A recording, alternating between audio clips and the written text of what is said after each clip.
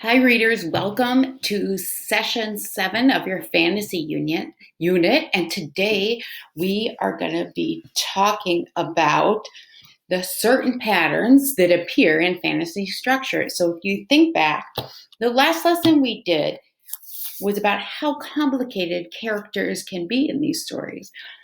So now today I want to teach you that fantasy novels have a certain pattern in structure. Structure means the way the story goes. And archetype, which are the character roles. So I'm going to talk about a little bit how this shows up in fantasy. Okay. So first, if we talk about the structure, how the fantasy goes, fantasy usually has a quest structure, as you can see here. And a hero is given a quest. He or she must go on a journey to achieve something. And there's a couple different types of quests. Okay. Rescuing a captive or a sacred object, destroy a villain or a dangerous object, or they're in another world or place and they must get out. Okay, so if you think about like Harry Potter, that had to destroy a dangerous object.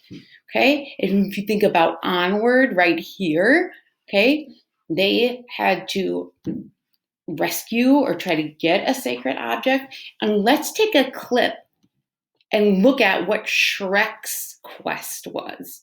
So I want us to take a quick look at this, and I'm going to make it big, maybe.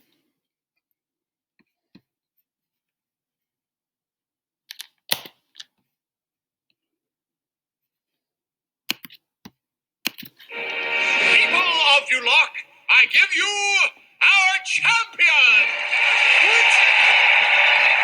Congratulations, Ogre. You've won the honor of embarking on a great and noble quest. Quest? I'm already on a quest. A quest to get my swamp back. Your swamp? Yeah, my swamp, where you dumped those fairy tale creatures. Indeed. All right, Ogre, I'll make you a deal. Go on this quest for me, and I'll give you your swamp back. People of Yulok, I give you our champion! All right, so let's go back to, you can see that Shrek was given a quest so that he could earn or get his swamp back. Now, we'll look at another element, and that is comic character archetypes. So some of these you can see are the hero, the ancient mystic, the enemy, the threshold guardian, the shapeshifter, and the trickster. And there are some other ones as well. Here are some common stories and their archetypes in each of these. So the Harry Potter, Star Wars, the Matrix, Lord of the Rings, and even Finding Nemo. So these are pretty common. I want to show you another video that kind of sums some of these up in the Marvel movies. So I don't know if you have watched any of those. I definitely have, and I think you'll enjoy this.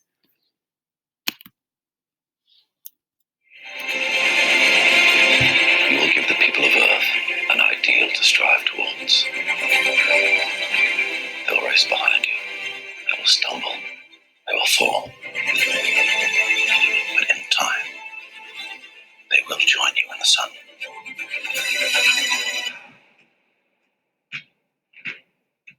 I've seen giants. The good ones are not heroes because of what they have.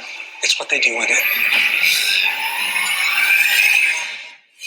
We will rise against those who shield us from the truth, and nothing can stop us in the...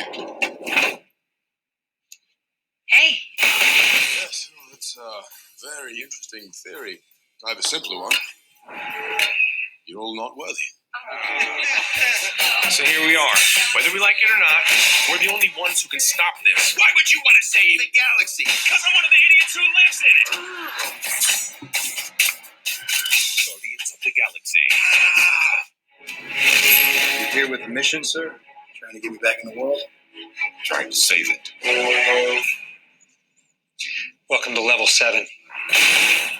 You're Alfred, right? That's right, sir. Any psychotic ex-boyfriends I should be aware of? Oh, you have no idea. Don't compare me with Stark. He's a sickness. There's only one path to peace. Their extinction. What are you proposing? It's simple. Kill the Batman. Burns you to have come so close. What's the S stand for? It's not an S. In my world, it means hope. Well, here it's an S. Jane, I think you want to see this.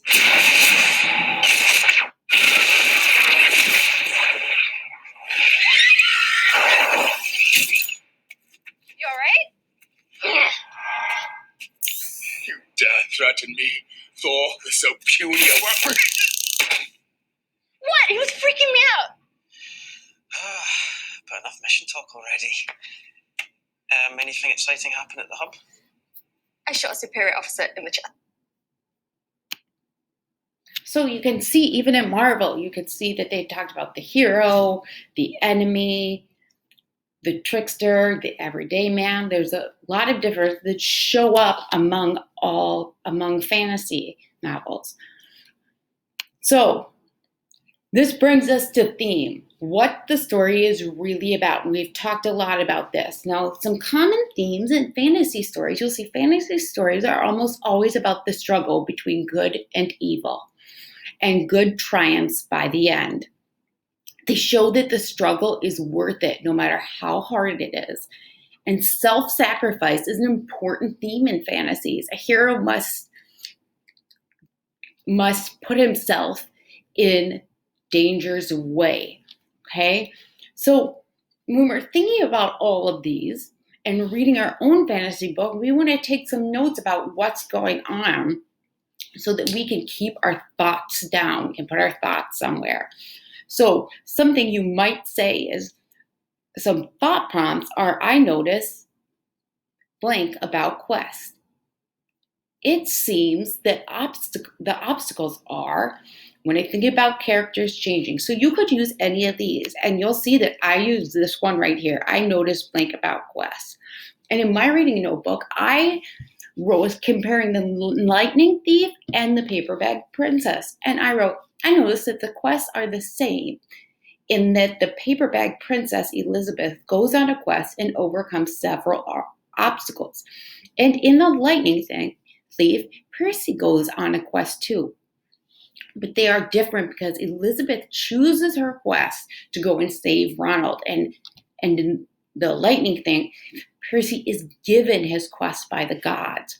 So I was showing how the quests are the same, and then they both go on these journeys, but they're different because Percy is given his and Elizabeth chooses hers. So this is one way that you can write down your thinking for your fantasy. So what I want you to do today is that you will read your fantasy book for 25 minutes, and then you can go ahead and record how you're thinking on this. I want you to go ahead, and you could either take a picture of your notebook. If you decide to record yourself talking about it, you can turn that in, whatever works best for you. I look forward to seeing all your thoughts on fantasy.